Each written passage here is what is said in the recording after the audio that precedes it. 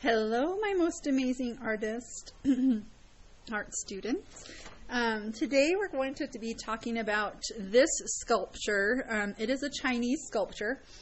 It is viewable at the National Museum in Beijing, China, if you ever go there. Interesting to note, this sculpture is also a bronze sculpture.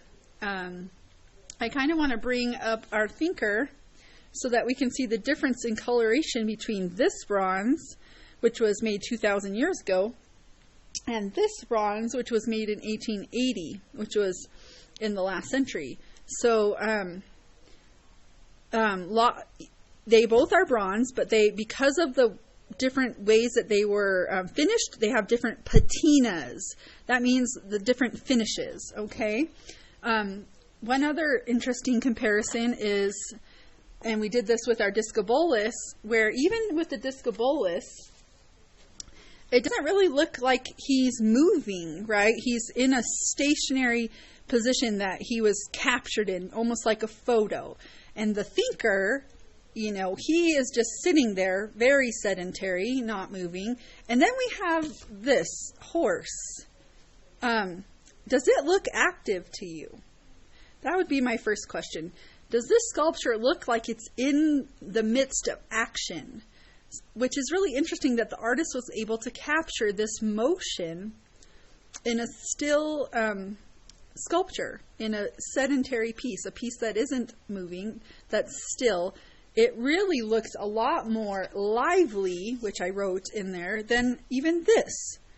It does not really necessarily look like he's about ready to throw that discus. He's just kind of holding that position, where this horse really looks like it's in the act of running or jumping or galloping or leaping, right? So this horse is stylized in a Chinese way. It may not look like a horse if you have one yourself. The mane has these deep grooves. Let me try to see if I can turn up the light and if it'll change. So the artist definitely had a certain way, you know, the way the horse's ears are done. And last week I posted the video of how bronze casting is done, and that's how this was made. This was made in the 2nd century, like I said, 2,000 years ago. So let's see. Does it look to you guys like the horse is going fast or slow? Does it look to you like it's running? I mean, what are your thoughts on this horse's position? What does it look like this horse is standing on? Why is it standing on something? Did the artist have to have it standing on something? What do you guys think? So, interestingly enough, when I first studied this sculpture, I did not realize that this is a swallow, which is a type of bird. Here we have the bird's tail. And in the picture I posted, you can see the bird's eye a lot better.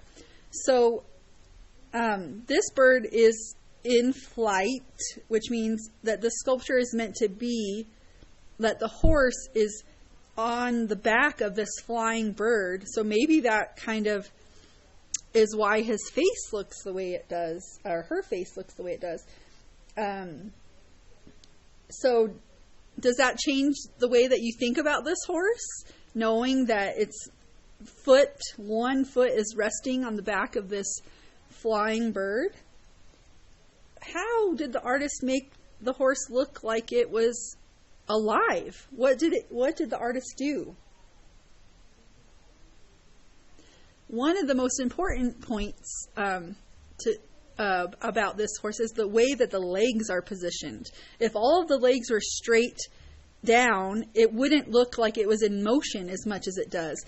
And one of the things I wrote on the page is that a lot of scholars and art historians note that the positioning of this horse's legs is very accurate to how horses' legs actually move when they are running. So this artist must have studied the actions of horses in order to be able to position and create this sculpture to be so realistic, okay?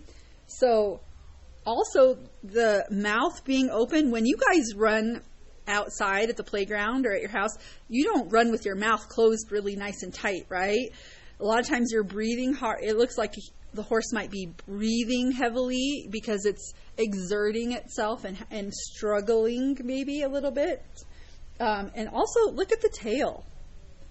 When horses are just stationary, you know, the tails hang down, right? But this tail is flying out behind the horse, suggesting that maybe there's some air movement, like some flow of movement going past this horse. So that, I think that's really cool. This horse is full of action, full. I mean, there is so much going on here. It looks like he could just leap right now. And also, this horse looks very strong. What are some of the things, or what is something that the artist did to make the horse look strong? Well, the body of the horse is very solid. You know, we don't see a lot of indents or lines. It's a very solid mass that makes it look dense and like immovable. You know, that this would be something that would be hard to maybe push over if this was a horse in real life. How do you guys think it would feel to ride on the back of this horse that was essentially riding on the back of a bird? What might that feel like? If this work is called Flying Horse, why do you think one foot is touching something on the bottom? Back to that idea of why did the sculptor make the horse's hoof touch something? I want you guys to answer this question about why this hoof is touching something. And I want you to put your answer in the submission. I will open up this assignment for submissions. And next week we are going to be making our own sculpture. I haven't decided if we're going to be making a stabile or if we'll be making something with clay, which you will have to make some of your own clay. I think that's going to be a bit harder for parents. So we're probably going to be working with paper and scissors, and we will learn about our final type of sculpture. Okay? You guys have a great day. Thanks for joining me. Remember to always be on the lookout for interesting things in the world around you. Have a wonderful day.